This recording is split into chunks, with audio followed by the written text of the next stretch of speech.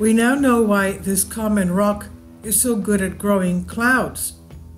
Given the right conditions, tiny airborne particles of the rock mineral feldspar can influence cloud formation. Just how this happens, however, has never been clear.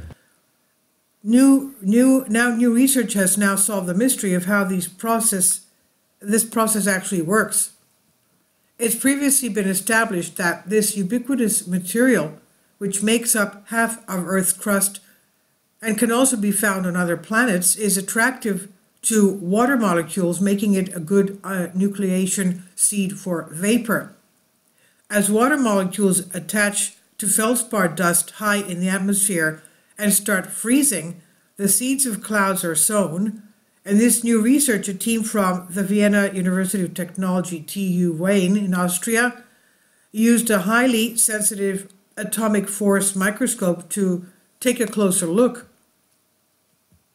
They said, we placed a piece of feldspar in the microscope's vacuum chamber and split it in half to obtain a pristine and clean surface, says TU Wien physicist Giada Franceschi, saying, we were puzzled at the results. The images of the surface looked different from what common theories had predicted. The peculiar geometry of the feldspar surface revealed that the ultra-high resolution images was found to be caused by tiny pockets of water called inclusions. It turns out that when the rock gets split, a small amount of water vapor gets released from these pockets, which then attaches back to the surface. This attachment and the energy released by the splitting of the rock causes the water molecules themselves to break apart, creating what are known as hydroxyl groups, OH, that's single oxygen and hydrogen atoms linked together. And it's these hydroxyl groups that are key to the close attraction between water and feldspar, as the researchers were able to confirm by running computer simulations of the chemical reactions. The hydroxyl groups are perfect anchor points for water molecules to attach themselves to. The bond is established very easily and quickly, and it's also very stable, says physicist Ulrich Diebold from TU Wien University. And to remove the hydroxyl layer from feldspar, one would have to heat it to a high temperature.